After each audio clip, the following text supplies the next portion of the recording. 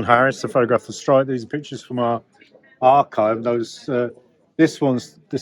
I was most of the time we were in the dark using big flash guns, so like this.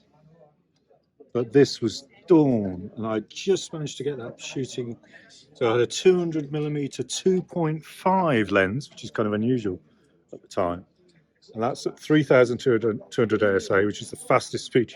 You could shoot black and white film at, and it's about 30th of a second, which is too slow. You hadn't got any image stabilization, so you needed much higher shutter speed than that. But I managed to balance on this on a wall to do it, and I'm really pleased with it. Actually, it's got a lot of atmosphere. As I say, we used to pray for dawn. I mean, this is one of John Sturrock's dawns with Brodsworth. Dawn's just coming up. There's just a little bit of light in the background. So he's dropped his shutter speed down to about a 15th of a second. He's using flash, but the low shutter speed means he's retained something of the available light behind, which is just really skillful. He's a very skillful photographer as well. John Sturrock I was there the day before and the day after. He was really lucky again.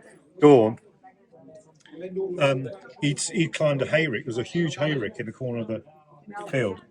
He climbed it in the darkness and hid there until the dawn came, and he was lucky to get this. It's like to me, it looks like a kind of 18th century battle painting. You got these the horses arraigned in the distance. You got the long shield unit wall here, and you got these PSUs just turned up. They're all piling out to see who they can clobber.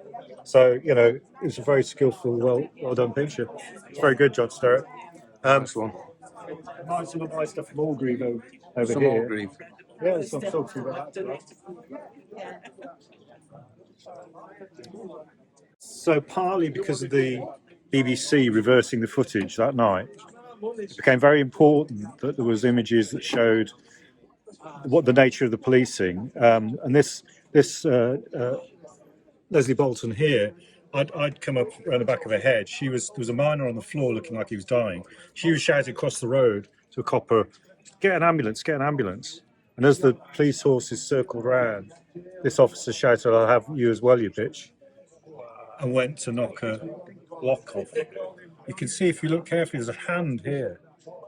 And whoever the miner was standing behind her had the good sense to remove her from danger by grabbing her belt. You don't grab the arm, you grab the belt. And he just misses. Wow. But it was used by Labour Weekly, much to Kinnock's annoyance, Right. at the end of the week.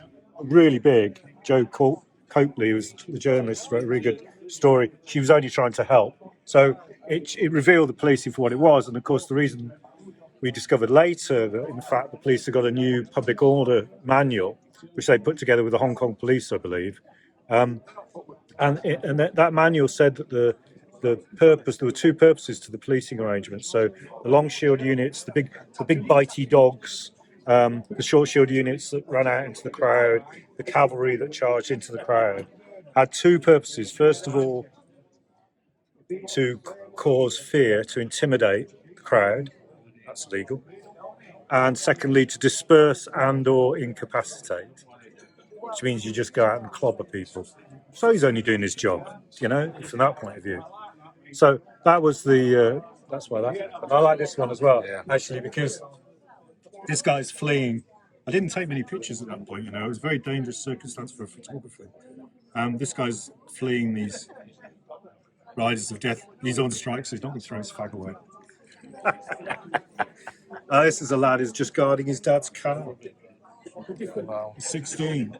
And there's a short shield unit behind me. I'd just been knocked over by the horses. Been knocked off a wall onto a nice, comfy concrete front garden. And unfortunately, my camera had been knocked onto 125th of a second rather than the 500th. I thought I was shooting it at. And the result of it was you get subject movement and camera shake, and it's 4 stops overexposed. However, that didn't stop a magazine in Germany called Stern, who took that part of the picture, blew it across a double-page spread. And the caption was interesting. I had it translated. The caption said, in Germany, we do not beat our trade unionists. We incorporate them. Okay. Yeah, thank you.